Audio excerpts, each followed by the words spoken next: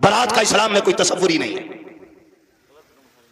بالکل تصور نہیں ہے، حق ہی نہیں ہے کہ بیٹی والا کھانا کھلائے برات کو. لیکن پہلے سیمپل بھیج رہے منہوں کے، کہہ رہا بوٹی بنا ہڈی کی ہونی چاہیے، رسگلے زیادہ بڑے نہ ہوں. کیوں؟ بغلے لے کے آئے گا.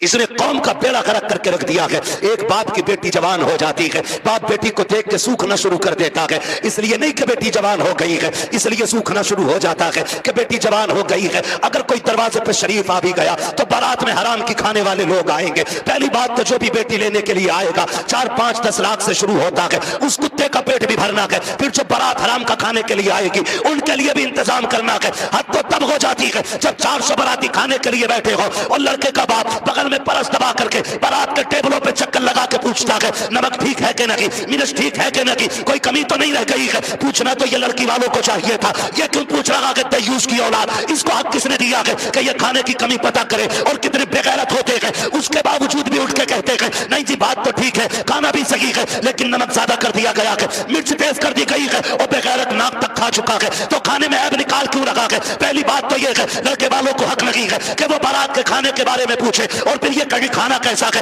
سن بغیر سن، جب تجھے لگے کہ تیری بارات حرام کے لقمے توڑ لگی ہے تو کونے میں جھانک کے دیکھنا، اسی پنڈال کے کسی کونے میں لڑکی کا باپ سہما ہوا ہوگا، گردن جھکی ہوگی، بغل میں ہاتھ ہوں گے، آنکھوں میں نمی ہوگی، کبھی بارات دیکھتا ہوگا، کبھی آسمان کو دیکھتا ہوگا، کہے گا مالک آج لاج بچا لینا. اگر ایک باراتی فاقے سے چلا گیا میری بیٹی کو پوری زندگی تانا دیا جائے گا. قریب باپ کھڑے ہو کر کے اپنے رب کو آوازیں دے دے کے کہتا ہے میرے پروردگار کھانے میں برکت دینا، اللہ کھانا کم نہ پڑ جائے. اور جب کھانے سے نکلتا بندہ اگر وہ پوچھتا کہ بتاؤ کھانا کیسا تھا، اور ایک بیٹی کے باپ سے بڑی بغیرتی سے کہہ دیا جاتا ہے کہ کھانا ٹھیک تھا لیکن نمک کی کمی تھی، مرچ زیادہ تھی، باپ کا کلیجہ ٹوٹ جاتا ہے. میں پوچھنا چاہتا ہوں اگر نمک زیادہ بھی تھا، مرچ تیز ہو گئی تھی، اگر تم اتنا کہہ دیتے اللہ کا شکر بہت اچھا کھانا ہے تو تیرا کیا چلا جاتا؟ کم سے کم غریب کا مان رہ جاتا، اس کا دل رہ جاتا. تو نے کھانے کا انکار کیا، اس کا دل بھی توڑا، رب کو بھی ناراض کیا. خدا کے واسطے کسی کا دل نہ توڑا کرو، اگر ہو سکے تو دل چھوڑ دیا کرو. اگر ایسا کرو کہ کعبے والا بھی راضی ہو جائے گا، مدینے والا بھی راضی ہو جائے گا.